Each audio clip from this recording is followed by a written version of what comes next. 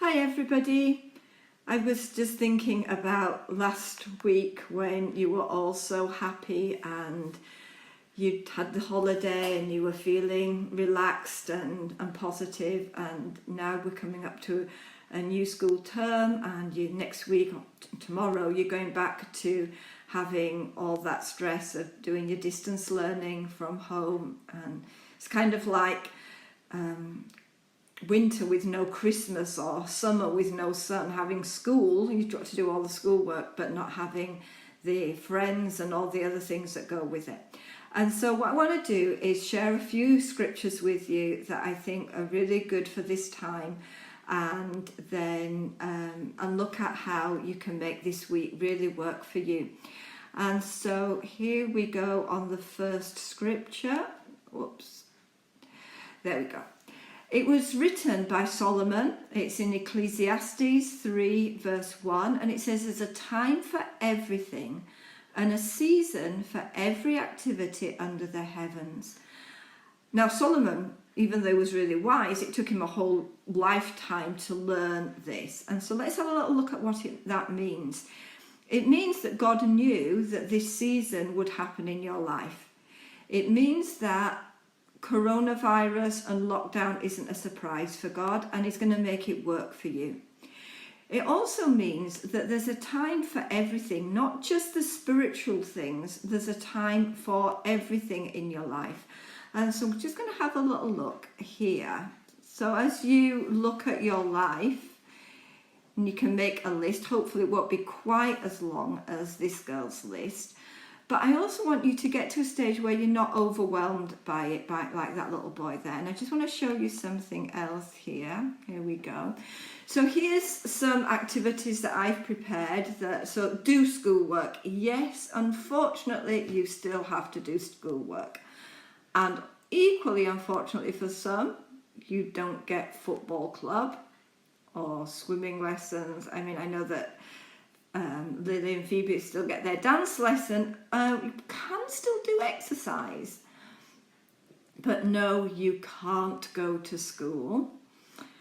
You can still have time to relax, and this is what I was saying, is you don't need to think, oh, there's these really, really good things in life that you're supposed to do, and relaxing is not very valuable to God. There's a time for everything, a time to be with God and spend with God, and a time to relax, a time to have fun. When God says there's a time for everything, He means there's a time to have fun, time to brush your teeth. But putting on school uniform is no longer necessary. We still need to eat. We don't get to watch the match. Time with the family, yes. And I've got a last two things here.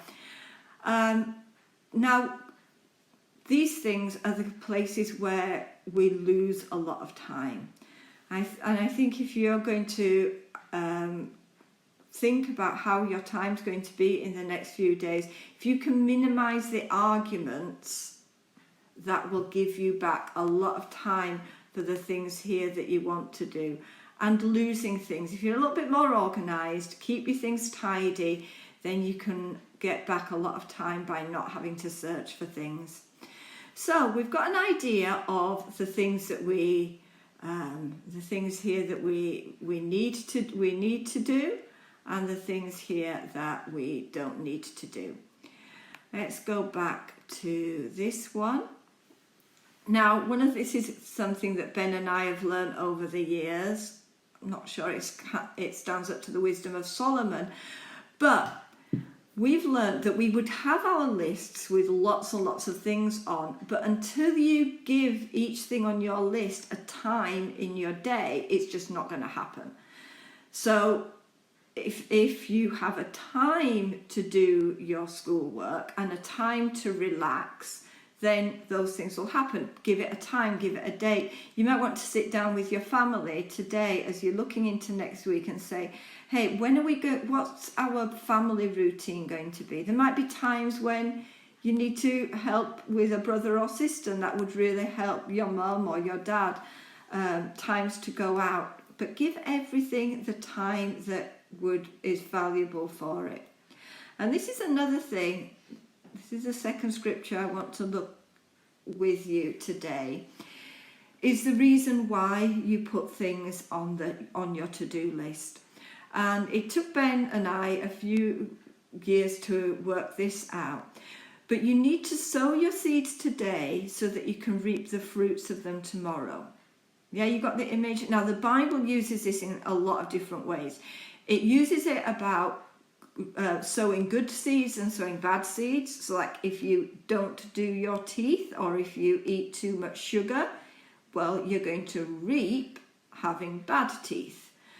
But equally, if you don't do the maths work set out for you by your teacher, you're going to go back to school and everybody else will have got ahead of you, and you will not feel as confident in your maths learning. You're sowing for today so that you can reap for tomorrow.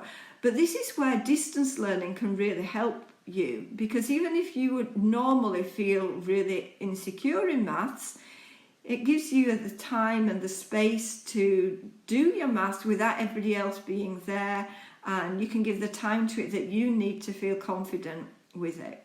But also things like spending time with your family, sowing those seeds so that your family relationships are stronger. Sowing your seeds of spending time with God so that you can reap a better relationship with God. Now, part of this is, and any farmer would be able to tell you this, that you've got to wait a long time from sowing your seed to reaping your harvest. And that's where sometimes we get really discouraged, that we think, oh, what have I spent all this time doing? Because we don't see the benefit of it straight away.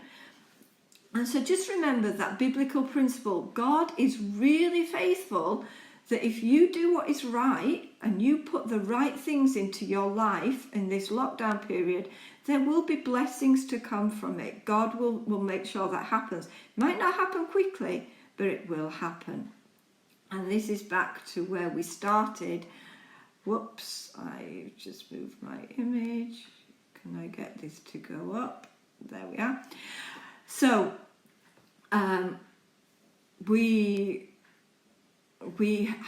our lives might feel a little bit like a disaster in these days. And there's something that grown-ups call catastrophic thinking.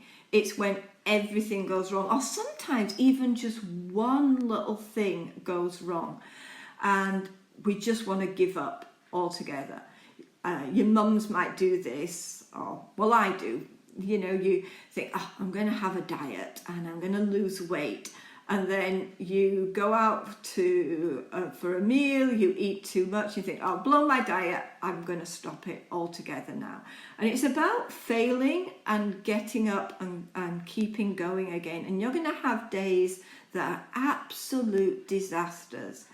And you're going to need to know how you can get up and keep going. And this is a real key to success. So let me see if I can get this. Now I'm moving the wrong thing. Okay. Let me see if I can click this one in. That's good enough.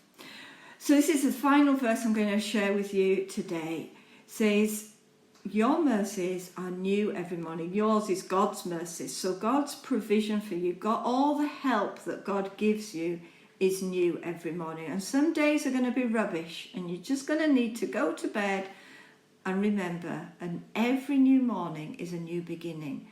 And God's faithfulness to you is great.